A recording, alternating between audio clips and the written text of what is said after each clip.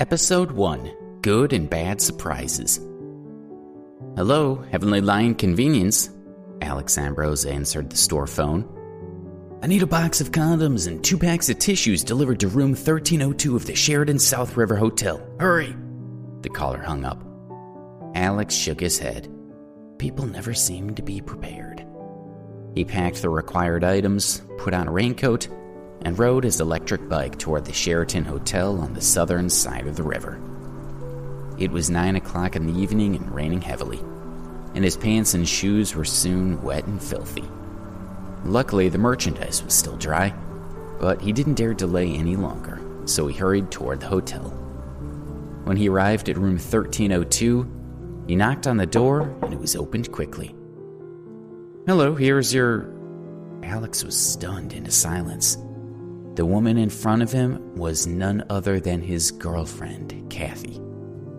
She was dressed in a white robe, with her long, dark, wet hair draped over her shoulders. The scents of shower gel and shampoo assaulted his nose. Kathy, what are you doing here? He stared at her in disbelief, still feeling dazed. What are you doing here? Kathy asked. Her heart skipped a beat, and she took a small step back into the room. Her mind went blank and then started to spin. What's wrong? Another guy walked up to the door, wearing a robe and slippers, and Alex immediately recognized him. You dare to touch my girl? Alex couldn't suppress the anger welling up inside him, and he started moving toward Billy, determined to teach him a lesson. Stop! Kathy stepped in front of Alex. After a brief burst of panic, she had managed to get back a bit of control. Since her boyfriend had already discovered her betrayal, there was no point in trying to hide it now. She looked directly at him. Alex, we need to break up. Break up?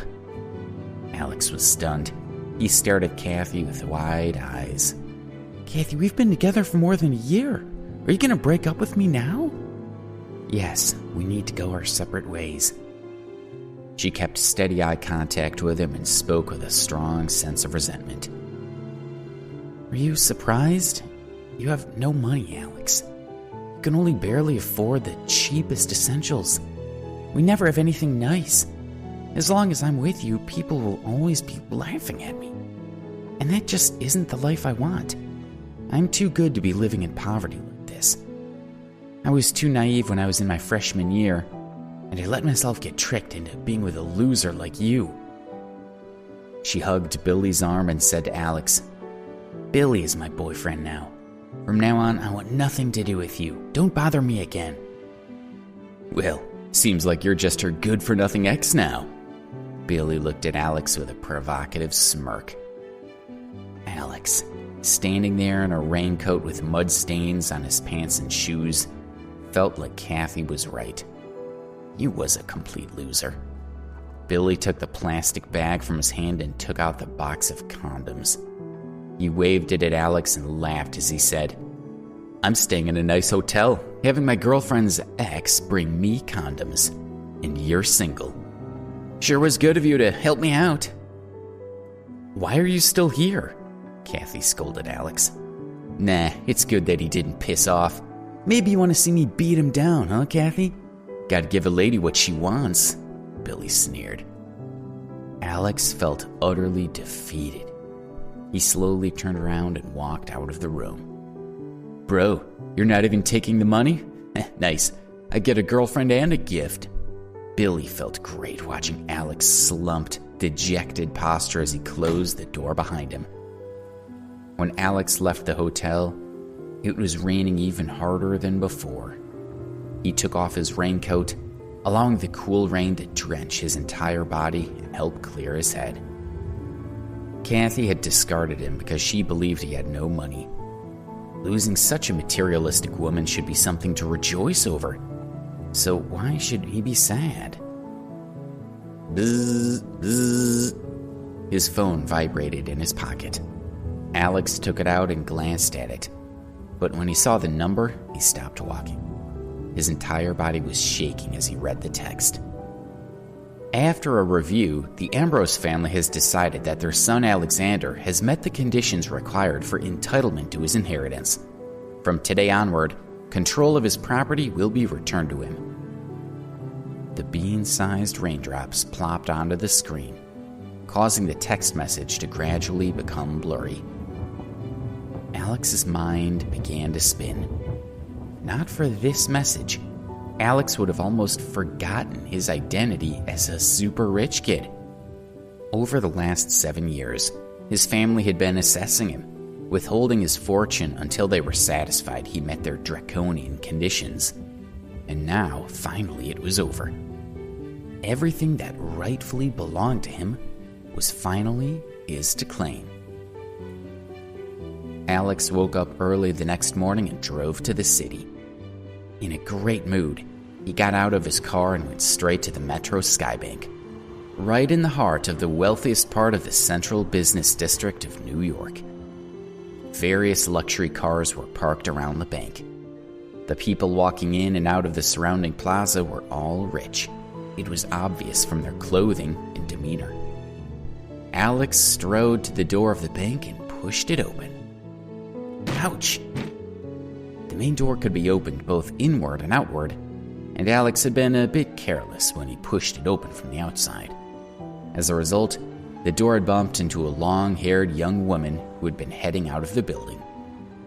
He quickly apologized. "Sorry, I didn't see you." "What do you mean you didn't see me? What, am I invisible?" She held a hand to her forehead and glared at him. The bank's assistant manager, Karen Young, had noticed the incident and hurried over. She checked on the woman first and then looked at Alex in disapproval.